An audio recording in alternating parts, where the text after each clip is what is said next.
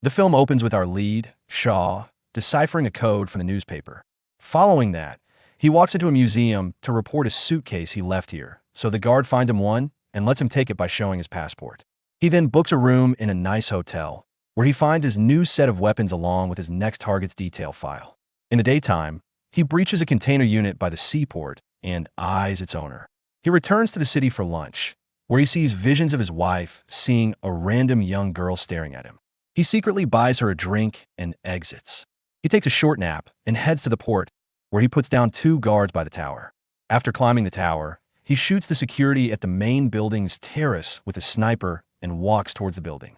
He hacks the door security and switches to a handgun.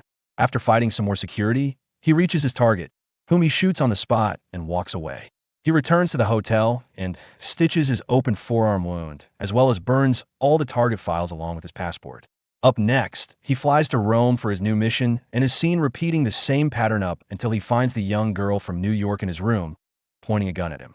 She claims that the tourism division made by the CIA Shaw is working for doesn't exist, and she has evidence to prove it. Shaw knocks her out to take her gun. The girl wakes up tied up to a chair, so she panics and tells him the truth about her being only an analyst from MI6, who was ordered by someone named Monica to open the case on the tourism division and investigate who's running it.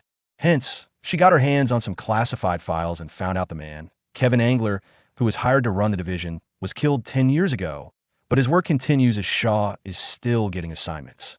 Shaw has a hard time believing her, but gets caught up with Monica's name, knowing she died ages ago. He leaves her in the room and goes to the library to search for Kevin online.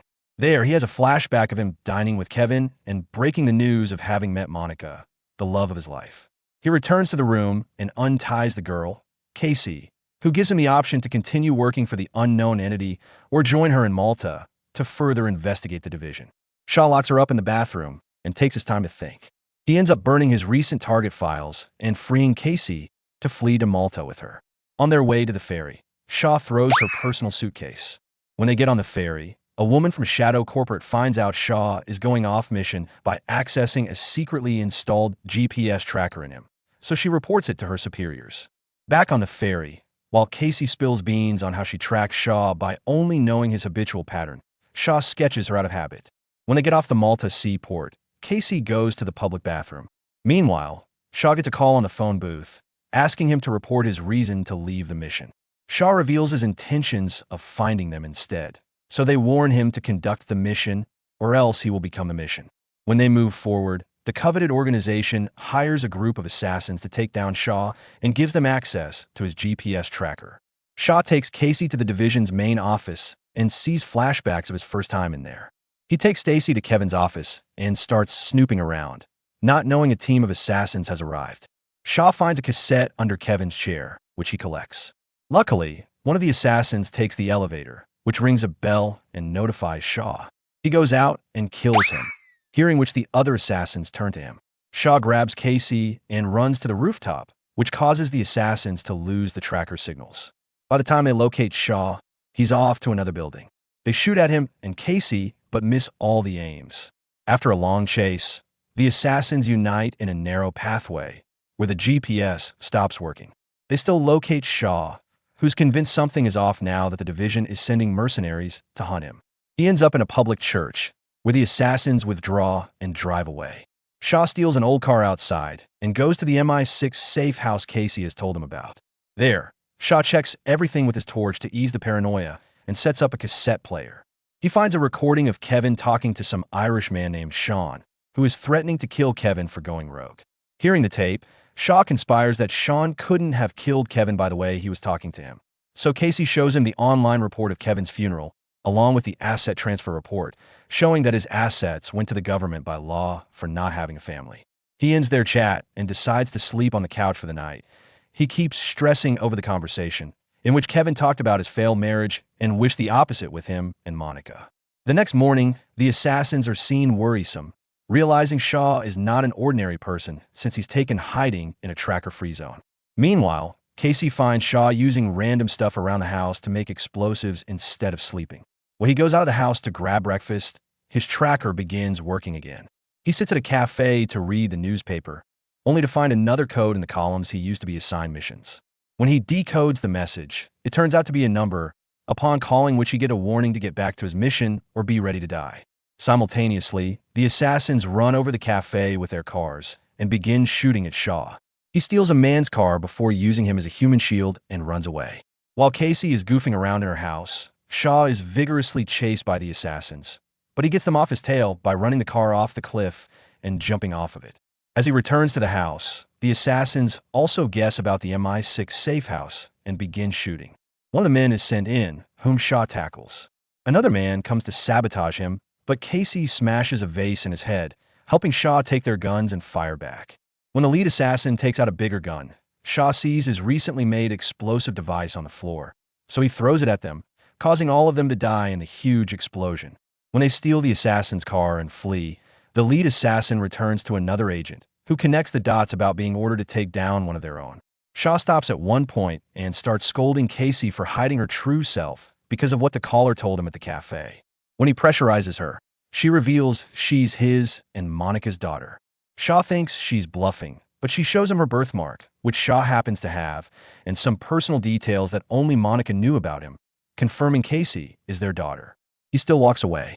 As he dives into old memories with Monica, Casey approaches him with her mother's journal, which instructed her to find the division and help Shaw. Later, the two share a room for the night, where Casey finds his journal, where he sketched all of his targets. She stays up all night to study their backgrounds and asks Shaw to take her to the library nearby, where she reveals the utmost shocking truth. She shows him Sean's pictures in the news, who was running a non-profit organization in Malta. Kevin worked behind his back to use Shaw to assassinate bad guys. When Sean threatened to kill him, Kevin had him killed by Shaw before his own demise. On the opposite, we see the tracker lady showing concerns to her senior about perhaps upsetting their boss with their choices, but he makes her believe he's doing it for their protection. He then calls the assassins once again and cusses at them to redeem his bounty money and make another move to kill Shaw despite the fact all of his men are dead. And furthermore, all the people Shaw has killed after the division was shut down, the stock market was heavily affected and benefited one hedge fund company called the Griffin Group. He takes Casey straight there and comes across a man named Tony, who offers Shaw anything in return to keep their business going. When Shaw accepts his offer, he rats out his boss's address, who turns out to be the well and alive Kevin. Shaw punches him and demands an explanation for selling him out. Casey also figures he had Monica killed to keep Shaw tangled in his business, so Shaw decides to kill him. Before that, Tony's men show up in a huge number, so Kevin gives Shaw access to his weapons and sends him to fight alongside his security. Casey also ambushes a man and takes his weapon to help her father. Tony's men kill everyone in their way and walk inside. When they come across Shaw, they use a missile launcher to kill him, which kills Kevin instead of him. Casey and Sean now hide in a bathroom. She takes him to an exit staircase in the kitchen she discovered on her own, where Shaw forces her to leave without him while he covers for her. Casey ends up on a public terrace while Shaw steals some grenades from the dead men and comes out. He escorts Casey out of there while a line of assassins shoot at him. They put up a great fight and use grenades to kill most of them, but during a crossfire, an assassin hurts Casey and comes at Shaw, but she alerts Shaw, who kills him in an instant. Unfortunately, the lead assassin takes a shot from afar, which hits Shaw. He becomes too vulnerable to fight, so Casey takes 2 grenades out of her pocket and throws them at the assassins, who die instantly. As the police show up, the father and daughter run away and lie down in a small garden. After everything's finished, Shaw swears at Monica's grave that he will take full responsibility for their daughter. At lunch, the two decide to figure out their relationship together, but first, Shaw must put an end to all evil. He infiltrates Tony's house and shoots him, saying no more negotiations. Here, the film ends. To watch more awesome and thought-provoking movie recaps, please subscribe to Film Guy Recaps. Don't forget to like this video and tell us in the comments which movie you want to see next. Goodbye for now.